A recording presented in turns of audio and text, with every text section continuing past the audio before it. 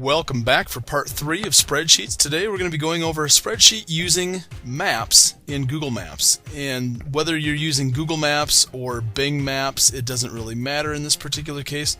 This is a great tool to use for graphically representing your information in the world, in a place. And it doesn't have to be, overall world. It could be within your hometown even.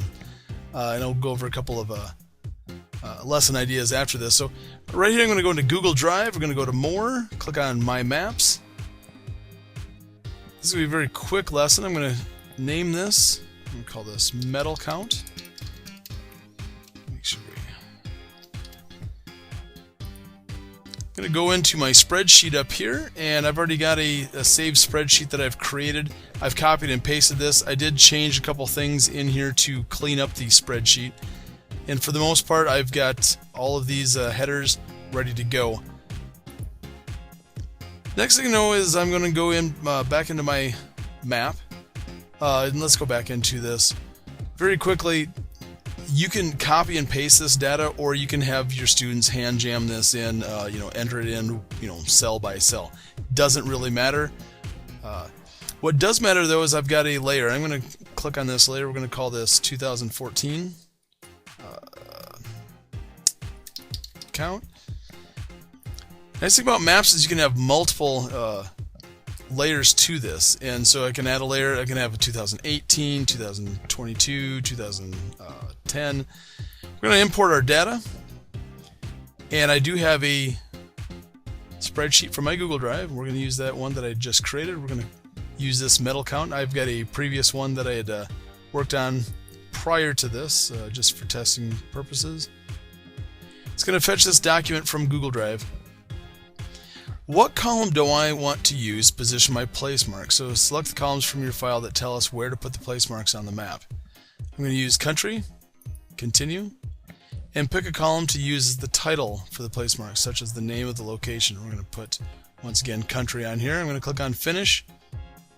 And it's going to load in this data. And very simply, it's going to put little pins. Let's see, one row couldn't be shown on the map. Let's go to the open data table, and it says Latvia cannot be. I'm not going to worry too much about Latvia. We're going to dismiss that. I don't know if Latvia no longer has borders, but here I've got all of my plot points in this map, and if I hover my mouse over the top of any one of these plot points, I click on it. Here's Great Britain, its rank, how many golds, bronze, silvers, and total. Really cool way for kids to take a look at their data in a different kind of light. It's kind of an active live chart, so to speak. And if I was to give another example of what I could do for a lesson idea, let's say let's open up another sheet here, or just add another sheet to this. What if I had a sales of something? Let's say my daughter's in Girl Scouts and she's selling cookies. Well, you could have, what kind of cookies were sold. You could have the name, address, amount, how much they sold.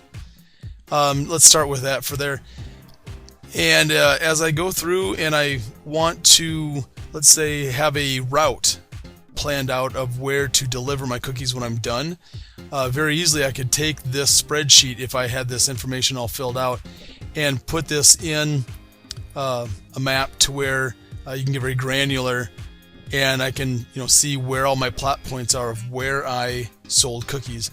So just kind of throwing that out there. There's a lot more other ideas that if you have any questions on this or anything else, reach out to me. I'd be happy to work with you on something specific for your class or your experience. Other than that, thanks for watching so much. Have a great rest of the time. Make sure you like and subscribe, and we'll see you next time.